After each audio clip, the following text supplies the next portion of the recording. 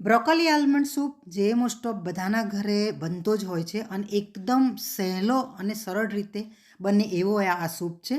અને આજે મેં મારા ઘરમાં બનાવ્યો તો મને થયું કે લાવું તમારી સાથે શેર કરું. તો સરલાસ કિચનમાં તમારા બધાનું સ્વાગત છે. તો આપણે બ્રોકોલી આલમંડનો સૂપ બનાવવાની શરૂઆત કરીશું. તો એના માટે એક કઢાઈમાં મેં અહીંયા આગળ 1 ટીસ્પૂન જેટલું ઓલિવ ઓઇલ લીધું છે. તમારી પાસે ઓલિવ ઓઇલ ના હોય તો બટર લઈ શકો છો. એની જ સાથે અહીંયા 2 ટેબલ સ્પૂન જેટલી અહીંયા આગળ ડુંગળી મેં ઝીણી સમારી લીધી છે. એ એની અંદર આપણે ઉમેરી દઈશું. એ ઉમેર્યા પછી એને થોડી સોતે કરવાની છે ડુંગળીને. અહીંયા આગળ આ સૂપ એટલી સહેલી રીતે બને છે ને કે બધાને બનાવતા ફાવે એવો સરસ આ સૂપ છે. એની જ સાથે અહીંયા 5 થી 6 મેં લસણની કળીને મેં ઝીણી સમારી લીધી છે. એ હું અહીંયા ઉમેરી દઉં છું. અહીંયા આની જગ્યાએ તમે લીલું લસણ જો તમારી પાસે હોય તો પણ એ ઉમેરી શકો છો. અને એની જ સાથે હવે અહીંયા આગળ મેં 6 થી 7 જેટલી મેં બદામને પણ મેં કતરણ કરી દીધી છે અને એ પણ આની અંદર આપણે ઉમેરી દઈશું. એ ઉમેર્યા પછી આ બધું થોડીક વાર આપણે એની અંદર સોતે કરવાનું છે.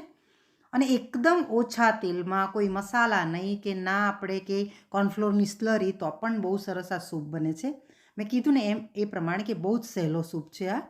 અહીંયા આગળ મેં આ બ્રોકોલી છે ને, તો બ્રોકોલીના જે સ્ટેમ્સ હોય છે, જે એના એ હોય છે ને, દાંડા હોય છે ને, એ મેં ઝીણા સમારીને લીધા છે.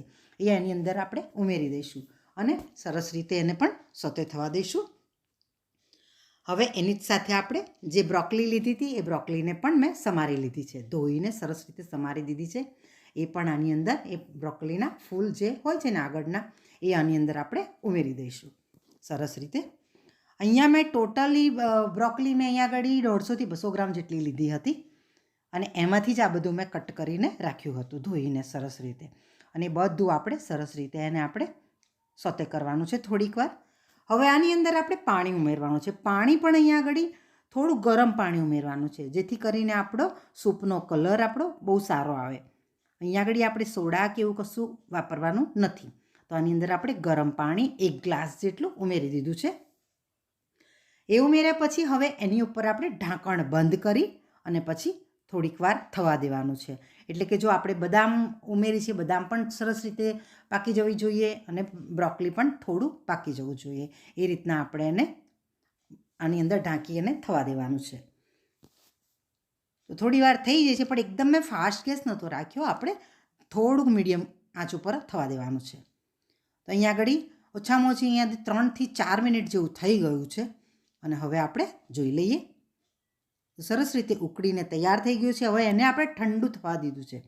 ઠંડુ થયા પછી હવે મિક્સર જારમાં આપણે ઉમેરી દઈશું. ટોટલી બધું ઠંડુ થાય પછી જ મિક્સરમાં ઉમેરવાનું છે અને બધું ઉમેરી દેવાનું છે.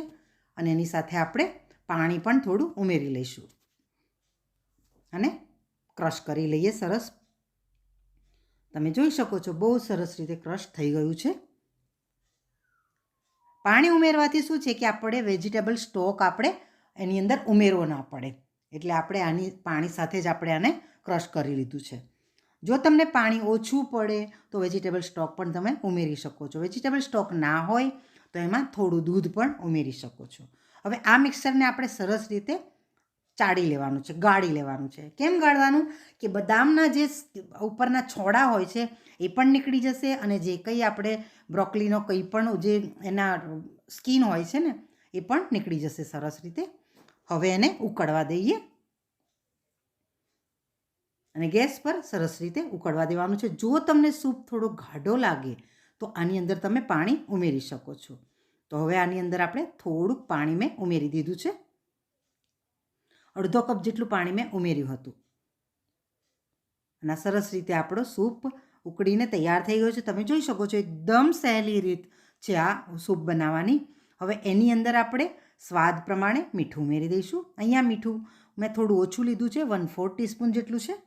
અને એની જ સાથે અહીંયા આગળ કાળા મરીનો પાવડર, એકદમ પાવડર ઝીણો મેં કરી લીધો હતો, એ 1/4 ટીસ્પૂન જેટલો, એટલે કે 5 ચમચી જેટલો ઉમેરી અને પછી સરસ રીતે મિક્સ કરી લેવાનું છે. અને હવે આપણે આ ગેસની ફ્લેમ બંધ કરી દઈશું. તમે જોઈ શકો છો એકદમ ગાઢો સૂપ થયો છે. આની અંદર આપણે કોર્નફ્લોરની સ્લરી કે ક્રીમ કે કશું ઉમેર્યું નથી, તો પણ આ સૂપ બહુ ટેસ્ટી લાગે છે. અને આ બનીને તૈયાર થઈ ગયો છે. આપણે હવે એને સર્વિંગ બાઉલમાં સર્વ કરી લઈશું. તો તમે જોઈ શકો છો કોર્નફ્લોરની સ્લરી વગર કે કોઈ પણ ક્રીમ વગર પણ આપણો સૂપ એકદમ ગાઢો અને સરસ બન્યો છે. અને ગરમા ગરમ આ શિયાળામાં આ સૂપ પીવાની તો મજા જ કંઈ ઓર છે. તો તમે આ સૂપ ઘરે જરૂરથી બનાવજો. અને આની ઉપર આપણે આ સૂપની ઉપર મેં કાળા મરીથી ગાર્નિશ કર્યું છે અને અહીંયા આગળ પાઇપિંગ બેગમાં મેં ક્રીમ જે આપણે મલાઈ હોય છે ને એ મેં ભરી દીધી ને એનાથી મેં ડિઝાઇન કરી દીધી છે. તો ફ્રેન્ડ્સ, બ્રોકોલી આલમંડનો સૂપ બનીને તૈયાર થઈ ગયો છે. તમે જરૂરથી ઘરે બનાવજો. અને જો મારી ચેનલમાં તમે નવા હોય તો પ્લીઝ સબસ્ક્રાઈબ કરજો. વધારેમાં વધારે તમારા ફ્રેન્ડ્સમાં, ફેમિલીમાં શેર કરજો. મળીશું બહુ જ જલ્દી બીજી આવી જ સરસ રેસીપી સાથે.